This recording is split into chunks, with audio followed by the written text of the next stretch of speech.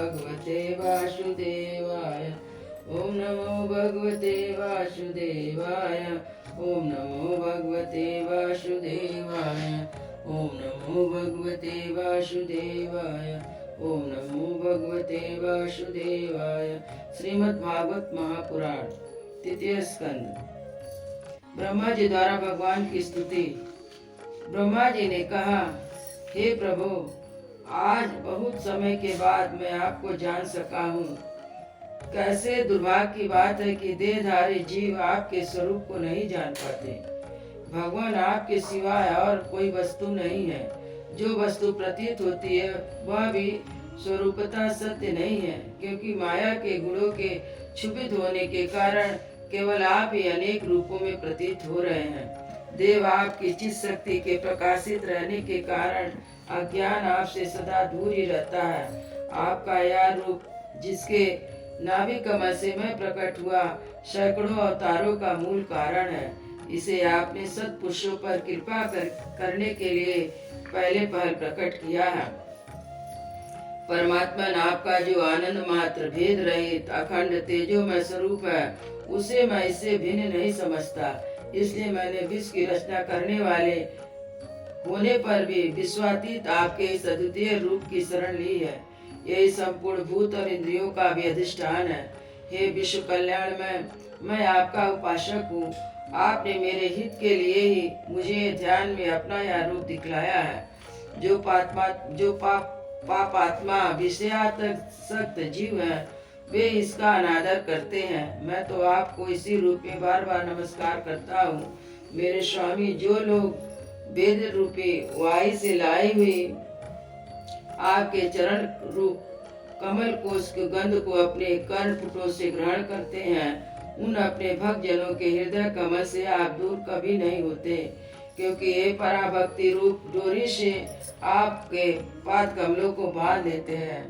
जब तक पुरुष आपके अभय प्रद चरण अरविंद का आश्रय नहीं लेता, तभी तक उसे धन, घर और बंधु के कारण प्राप्त होने वाले भय, शोक, लालसा, दीनता और अत्यंत लोभ आदि सताते हैं। तभी तक उसे में मैं मेरेपन का दुराग्रह रहता है, जो दुख का एकमात्र कारण है। जो लोग सब प्रकार के अमंगलों को नष्ट करने वाले आपके श्रवण, कीर्तन आदि प्रसंगों से इंद्रियों को हटाकर लेस मात्र विषय सुख के लिए दीन और ईमान नलायत होकर निरंतर दुष्कर्मों में लगे रहते हैं, उन विचारों की बुद्धि दैव ने हर ली है। अच्युतम, इस प्रकार प्रजा को भूख, प्यास, बात, पित्त, कफ, सर्दी, गर्मी, हवा, वर्षा परस्पर एक दूसरे से तथा काम, अग्नि तथा दूसरा क्रोध से बार बार कष्ट उठाते देखकर मेरा मन बड़ा खिन्न होता है। स्वामी, जब तक मनुष्य इंद्रियां विषय रूपी माया के प्रभाव से आपसे अपने को भिन्न देखता है, तब तक के लिए इसे संसार चक्र से निवृत्ति नहीं होती। यदि यह मिथ्या है, तथापि कर्म फल का भोग क्षेत्र होने के कारण उसे नाना प्रकार के दुखों में डालता रहता है। देवों की बात ही क्या, जो साक्षात मुनि है, वे भी यदि आपके कथा प्रसंग से विमुख रहते हैं तो उन्हें संसार में फंसना पड़ता है। वे दिन में अनेक प्रकार के व्यापारों के कारण विक्षिप्त चित्त रहते हैं, रात्रि में निद्रा में चेत पड़े रहते हैं। उस समय भी तरह तरह के मनोरथों के कारण क्षण क्षण में उनकी नींद टूटती है। दैवश उनके अर्थ सिद्धि के योग भी विफल होते हैं। नाथ, आपका मार्ग केवल गुण प्रभाव से ही जाना जाता है। आप निश्चय मनुष्य के भक्ति योग द्वारा परिशुद्ध हुए हृदय कमल में निवास करते हैं। पुनः श्लोक, प्रभु, आपके भक्त जनक जिस भावना से आपका चिंतन करते हैं, साधु पुरुष उन पर अनुग्रह करके आप वही रूप धारण कर लेते हैं।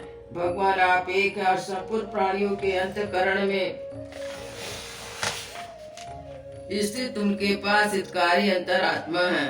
इसलिए यदि देवता लोग भी तरह तरह हृदय में तरह तरह की कामनाएं रखकर भांति भांति के विपुल सामग्रियों से आपका पूजन करते हैं, तो उससे आप उनसे प्रसन्न नहीं होते, जितने सब प्राणियों पर दया करने से होते हैं।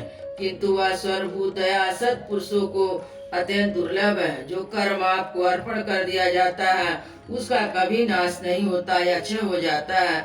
अतः नाना प्रकार के कर्म, यज्ञ, दान, कठिन तपस्या और व्रत आदि द्वारा आपकी प्रसन्नता प्राप्त करना ही मनुष्य का सबसे बड़ा कर्म फल है, क्योंकि आपकी प्रसन्नता होने पर यह ऐसा कौन फल है जो सुलभ नहीं होता। आप सर्वदा अपने स्वरूप के प्रकाश से ही प्राणियों के भेद भ्रम रूप अंधकार को नाश करते हैं तथा ज्ञान के अधिष्ठान साक्षात परम पुरुष है। मैं आपको नमस्कार करता हूँ। संसार की उत्पत्ति, स्थिति और संहार के निमित्त से जो माया की लीला होती है वह आपका ही खेल है। अतः आप परमेश्वर को मैं बार बार नमस्कार करता हूँ। जो लोग प्राण त्यागते समय आपके अवतार, गुण और कर्मों को सूचित करने वाले देवकी नंदन, जनार्दन, कंस, निकंदन आदि नामों का विवश होकर भी उच्चारण करते हैं, वे अनेकों जन्मों के पापों से तत्काल छूटकर माया आदि आरोप से रहित ब्रह्म पद को प्राप्त करते हैं। आप नित्य जन्मा है, मैं आपकी शरण लेता हूँ। भगवान इस विश्व वृक्ष के रूप में आप ही विराजमान हैं। आप ही अपनी मूल प्रकृति को स्वीकार करके जगत की स्थिति प्रलय के लिए मेरे अपने और महादेव जी के रूप में तीन प्रधान शाखाओं में विभक्त हुए हैं और फिर प्रजापति एवं मनु आदि शाखा प्रशाखाओं के रूप में फैलकर बहुत विस्तृत हो गए हैं। मैं आपको नमस्कार करता हूँ। भगवान, आपने अपनी आराधना को ही लोक के लिए कल्याणकारी स्वधर्म बताया है, किंतु वे इस प्रकार से उदासीन होकर सदा विपरीत कर्मों में लगे रहते हैं। ऐसी प्रमाद की अवस्था में पड़े हुए इन जीवों की जीवन आशा को भी सदा सावधान रहकर बड़ी शीघ्रता से काटता रहता हूँ। वह बलवान काल भी आपका ही रूप है, मैं उसे नमस्कार करता हूँ। यदि मैं सत्य लोक का अधिष्ठाता हूँ, जो दो परार्थ पर्यंत रहने वाला और समस्त लोकों का बंदनीय है, तो भी मैं आपके उस काल रूप से डरता रहता हूँ। उससे बचने और आपको प्राप्त करने के लिए मैंने बहुत समय तक तपस्या की है। आप ही अधियज्ञ रूप से मेरी इस तपस्या के साक्षी हैं। मैं आपको नमस्कार करता हूँ। आप पुण्य काम है, आपको किसी वस्तु विषय सुख की इच्छा नहीं है, तो भी आपने अपनी बनाई हुई धर्म मर्यादा की रक्षा के लिए पशु, पक्षी, मनुष्य, देवता आदि जीव योनियों में भी अपनी इच्छा से शरीर धारण कर अनेक लीलाएं की है। ऐसे आप पुरुषोत्तम भगवान को मेरा नमस्कार है। प्रभु, आप अविद्या, अस्मिता, राग, द्वेष और अभिनिवेश पांचों में से किसी के भी अधीन नहीं है। तथापि इस समय जो सारे संसार को अपने उदर में लीन कर भयंकर तरंगमालाओं से विक्षुब्ध प्रलयकाली जल में अंतर विग्रह की कोमल शैया पर शयन करते हैं, वह पूर्व काल की कर परंपरा से भ्रमित हुए जीवों को विश्राम देने के लिए है। आपके नाभि कमल रूप भवन से मेरा जन्म हुआ, यह संपूर्ण विश्व आपके उदर से समाया हुआ है। आपकी कृपा से मैं त्रिलोक की रचना रूप उपकार में प्रवृत्त हुआ हूँ। इस समय योग निद्रा का अंत हो जाने के कारण आपके नेत्र कमल विकसित हो रहे हैं। आपको मेरा नमस्कार है। आप संपूर्ण जगत के एकमात्र सुहृद और आत्मा है और शरणागतों पर कृपा करने वाले हैं। अतः आपने जिस ज्ञान और ईश्वर से भरे हुए विश्व को आनंदित करते हुए उसी से मेरी बुद्धि भी युक्त करें, जिससे मैं सुख पूर्वक कल्प समय भी जगत की रचना कर सकूं। भक्तवांछा कल्प तरु है।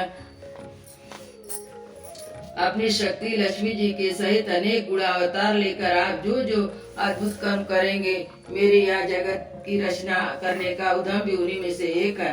अतः इसे रचते समय आप मेरे चित्त को प्रेरित करें, शक्ति प्रदान करें, जिससे मैं सृष्टि रचनात्मक विषय अभिमान रूप मन से दूर रह सकूं। प्रभु, इस प्रलयकालीन जल में शयन करते हुए आप अनंत शक्ति परम पुरुष के नाभि कमल से मेरा प्रादुर्भाव हुआ और मैं हूँ भी आपकी विज्ञान शक्ति। अतः इस जगत के विविध रूप का विस्तार करते समय आपकी कृपा से मेरी वेद रूपी वाणी का उच्चारण लुप्त न हो। आप अपार करुणामय पुराण पुरुष है। आप परम प्रेममयी मुस्कान के सहित अपने नेत्र कमल खोलिए और शेष शैया से उठकर विश्व के उद्भव के लिए सुमधुर वाणी से मेरा विषाद दूर कीजिए। मैत्रेय जी कहते हैं, विदुर जी इस प्रकार तब विद्या और समाधि के द्वारा अपने उत्पत्ति स्थान और भगवान को देखकर तथा अपने मन वाणी शक्ति के अनुसार उनकी स्तुति कर ब्रह्मा जी थके सो होकर मौन हो गए। श्री मधुसूदन भगवान ने देखा कि ब्रह्मा जी इस प्रलय जल राशि से बहुत घबराए हुए और लोक रचना के विषय में कोई निश्चित विचार न होने के कारण उनका चित्त बहुत खिन्न है। तब उनके अभिप्राय को जानकर वे गंभीर वाणी से उनका खेद शांत करने के लिए कहने लगे। श्री भगवान ने कहा, वेदगर, तुम विषाद के वशीभूत हो, आलस ना करो, सृष्टि रचना के उद्यम में तत्पर हो जाओ। तुम मुझसे जो कुछ चाहते हो उसे मैं पहले ही कर चुका हूँ। तुम एक बार फिर तप करो और भागवत ज्ञान का अनुष्ठान करो। उनके द्वारा तुम सब लोगों को स्पष्टतया अपने अंतकरण में देखोगे। फिर भक्ति युक्त समाहित चित्त होकर तुम संपूर्ण लोक और अपने मुझको व्याप्त देखोगे। मुझमें संपूर्ण लोक अपने आप को देखोगे। जिस समय जीव काष्ठ में व्याप्त अग्नि के समान समस्त भूतों में मुझे ही देखता है, उसी समय वह अपने अज्ञान रूपी मन से मुक्त हो जाता है। अतः वह अपने को भूत, इंद्रिया, गुण, अंतरकारण रहित स्वरूपत मुझसे भिन्न है। वह मोक्ष पत्र को प्राप्त कर लेता है। ब्रह्मा जी नाना प्रकार के कर्म संस्कारों के कारण अनेक प्रकार की जीव सृष्टि की रचना इच्छा होने पर भी चित्त मोहित नहीं होता। यह मेरी अतिशय कृपा का फल है। तुम सबसे पहले मंत्र दृष्टा हो। प्रजा उत्पन्न करते समय तुम्हारा मन मुझ में ही लगा रहे, इसी से पाप में रजोगुण तुमको बाध नहीं सकेंगे। तुम मुझे भूत, इंद्रिय, गुण, इन अंतकरण से रहित समझो। इसमें जान पड़ता है कि यदि देहधारी जीवों को मेरा ज्ञान होना बहुत कठिन है, तथापि तुमने मुझे जान लिया है। मेरा आश्रय कोई है या नहीं, इस संदेह से तुम कमलनाथ द्वारा जल में उसका मूल खोज रहे थे, सो मैंने तुम्हें अपना यह स्वरूप अंतकरण में दिखलाया है। प्यारे ब्रह्मा जी, तुमने जो मेरी कथाओं के वैभव से युक्त मेरी स्तुति की है, तपस्या में जो तुम्हारी निष्ठा है, वह भी मेरी कृपा का फल है। लोक रचना की इच्छा से तुमने सगुण प्रतीत होने पर जो निर्गुण रूप से मेरा वर्णन करते स्तुति की है, उससे मैं बहुत प्रसन्न हूँ। तुम्हारा कल्याण हो। मैं समस्त कामनाओं मनोरथों को पूर्ण करने में समर्थ हो। जो पुरुष नित्य प्रति स्तुति द्वारा स्तुति करके मेरा भजन करेगा, उस पर मैं शीघ्र ही प्रसन्न हो जाऊंगा। तत्वेताओं का मत है कि तप, यज्ञ, दान, योग, समाधि तथा साधनों से प्राप्त होने वाला जो परम कल्याण फल है, वह मेरी प्रसन्नता ही है। विधाता, मैं आत्माओं का भी